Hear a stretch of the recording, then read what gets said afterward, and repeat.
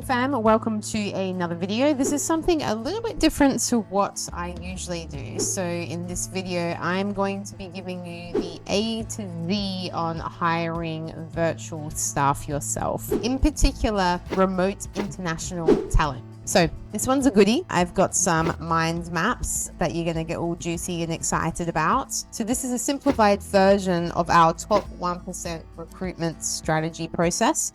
And everything in this is pretty streamlined as well. So this is going to be a cracker if you are looking to hire virtual staff, virtual assistants, international talent, then this video is going to be for you. I have tried and tested this over the last few years, and we have dialed this in to really be able to get the cream of the crop. You want the A players on your team. So I'm going to be dropping some super valuable nuggets in here for you guys. So you won't need to go anywhere else to find out about how to hire a virtual assistant and where to hire a virtual assistant. It's all going to be in this one video for you. We're screening hundreds of applicants every single week. We have hired hundreds of virtual assistants now for our clients as well. So definitely know a thing or two about this, and I'm really looking forward to sharing parts of our back end with you and what's really worked with us as well. So get into it, guys, and I hope you enjoy it. Okay, so here we are with our nifty little minds map. This is the top 1% recruitment process. This is how to get the cream of the crop, and it all starts with the job posting. So when we come through and we look at the job posting, the first thing we are going to look at is where to post. Okay, this is where we're starting. This is where most people are looking for their virtual staff or their international talents. Okay, so one of the most popular ones is onlinejob.ph. That's a Filipino website, and there's also virtualstaff.ph, another Filipino website. Very, very similar with what they offer. I believe the talent pool is a bit larger in online jobs as opposed to virtual staff. It's about $70 or $80 a month for online jobs. Virtual staff is similar, maybe a little bit less. Both fantastic places to post jobs and do your recruitment.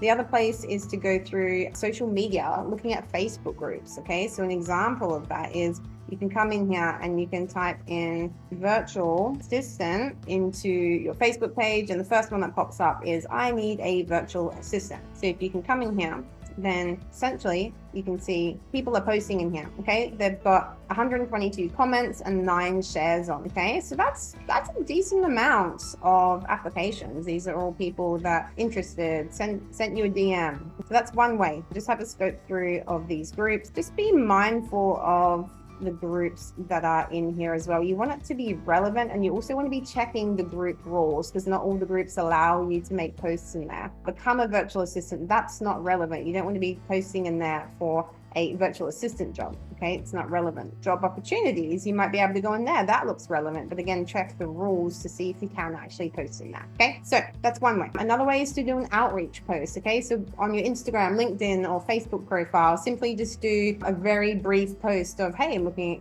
for a virtual assistant. This is what we're looking for. Okay, just by doing that, you will find you will likely get a lot of people comments and actually wanting to give you referrals or tagging people as well. So that's another great way to get some good ads, the candidate selection. Okay, how are we posting? Okay, number one is we are making it unique. Okay, so what do I mean by that?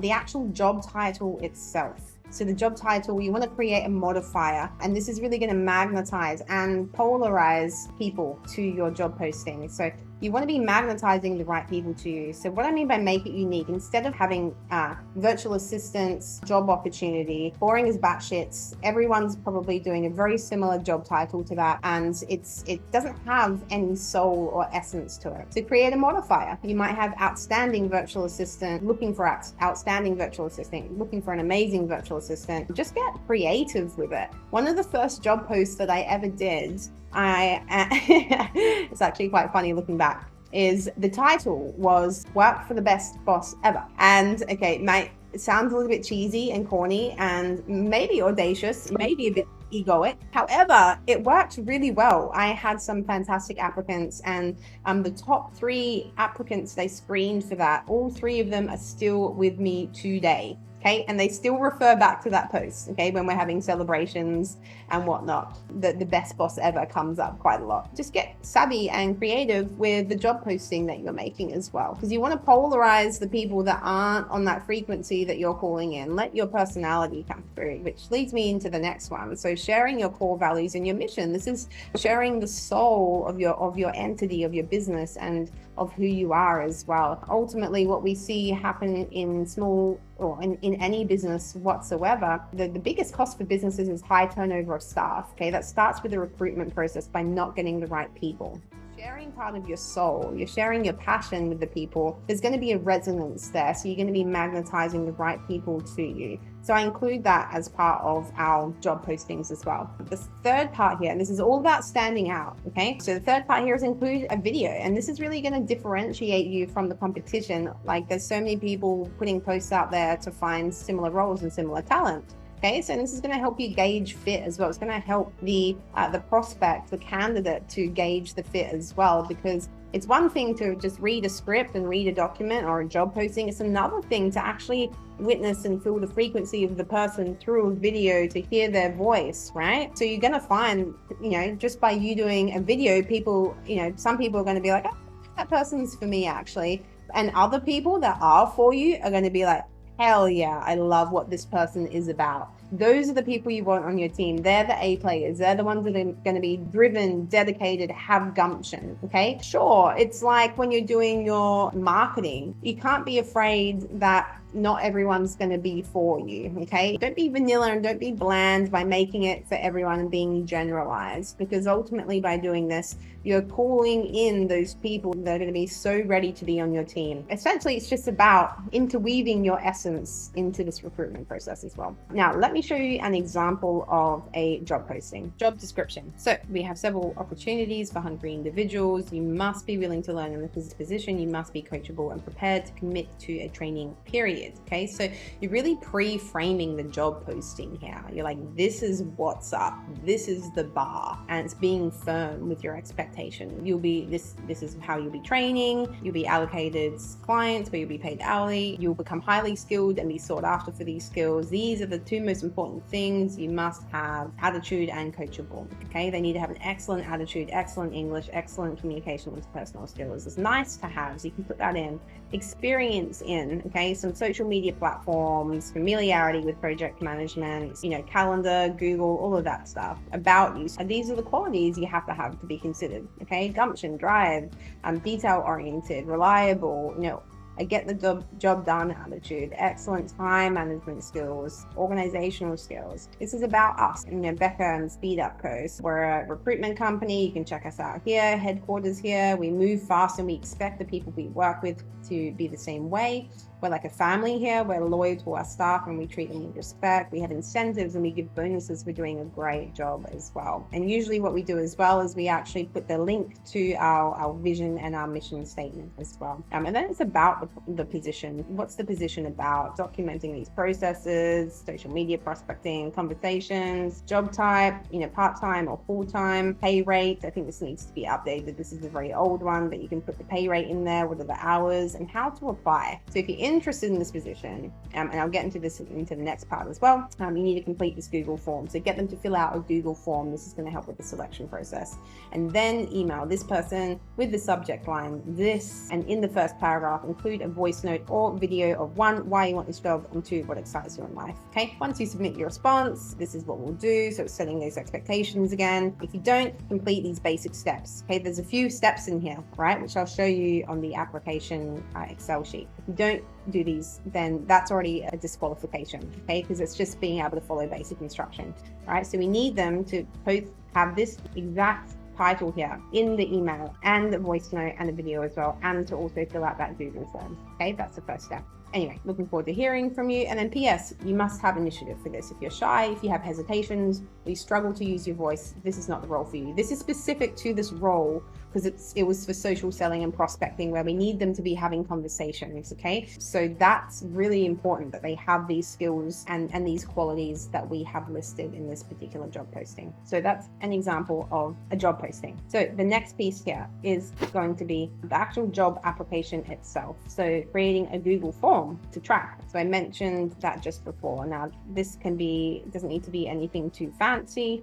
We've just got email, first and last name, your experience, the days and the hours that you're available in Manila time, about you, what do you do to stay happy and healthy? I love that question. And then time tracking, and then Wi-Fi test result as well.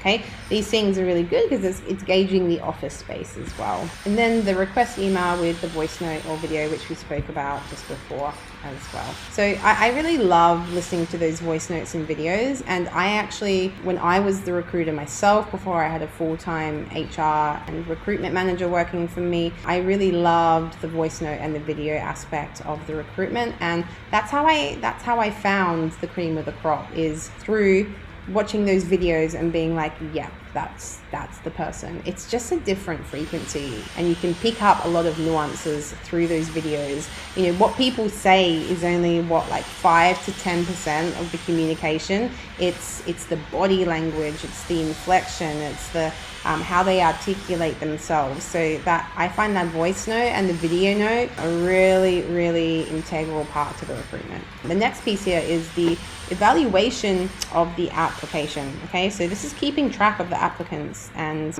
a bit of a grading system as well. If you're being the HR and the recruiter yourself, can be a lot, right? You don't want to have names and emails flying around left, right, and center. So this is just a bit of a simple system to help you with that, to track your evaluation and responses. And it might look something like this. So screenshot. So this is really just checking, like, did they do all these things? Okay, did they follow these? This is all part of the process in later steps, but did they respond to our recruitment email with a voice note? And then putting, like, you know, we can do a bit of a scorecard here as well. 1, 1, 1, correct subject line, and voice note. Did they use a template?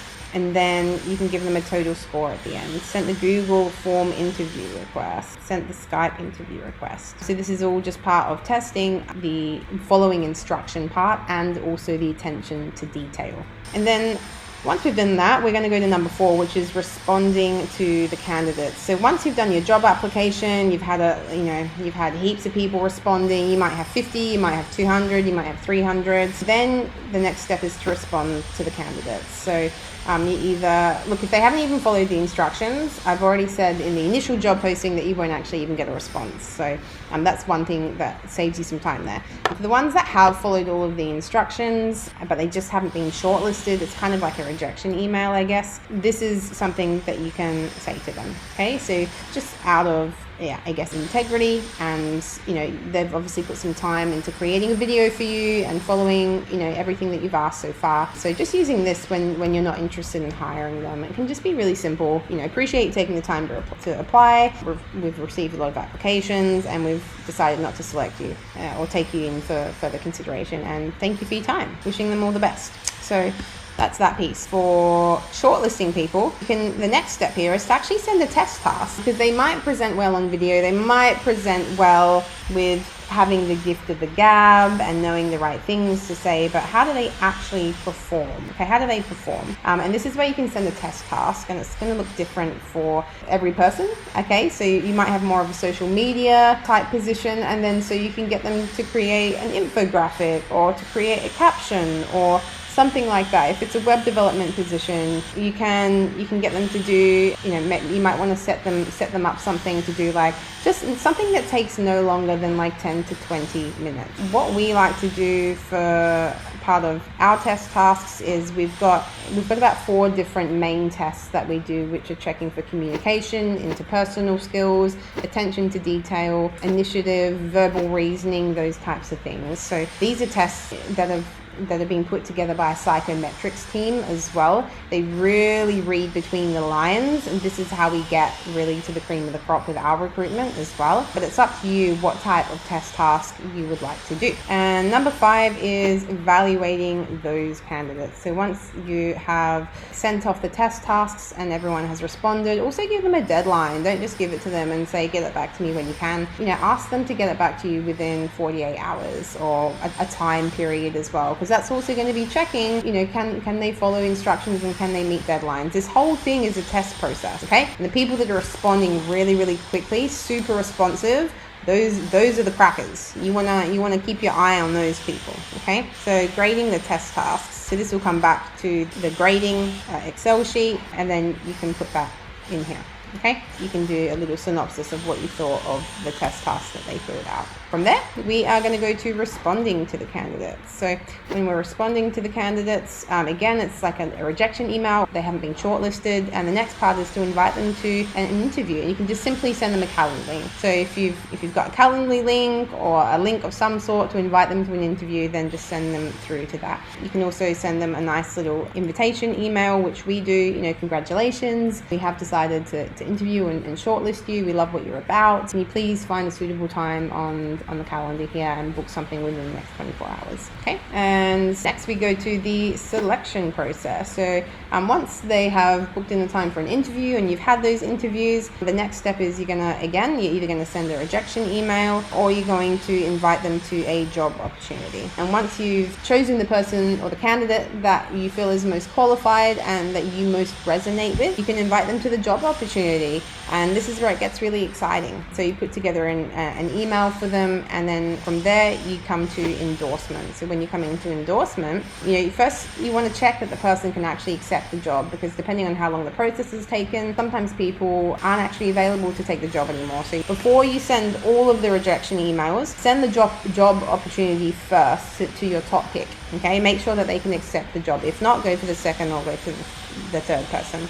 So it's inviting them to that job opportunity. Should they accept? And hopefully they do. If we've followed this whole process well and we've done it in a timely manner, then we can go into endorsement, which is, we do our onboarding call and we talk about, is there going to be a training period? This is where we can set up time tracking, payroll and reports. Okay, so I use Hubstaff. I love Hubstaff. There is a video up here which is all about time tracking, and the ones that I have used and the one that I love the most, which is Hubstaff. So check that out. I'll also put a link below for Hubstaff if you want to get straight into that and have a look. It's very well priced, and it's all encompassing, and I highly recommend them. The onboarding call, this is going to be really important, the onboarding call. So this is where you're going to be discussing the goals, the KPIs, the getting them settled in, getting the schedule. So do you have shift times? Are you having a weekly meeting, twice a weekly meeting? You're going through what are the specific tasks they're going to be doing? Do you have a workflow that you're sending them to? Do you have playbooks that you're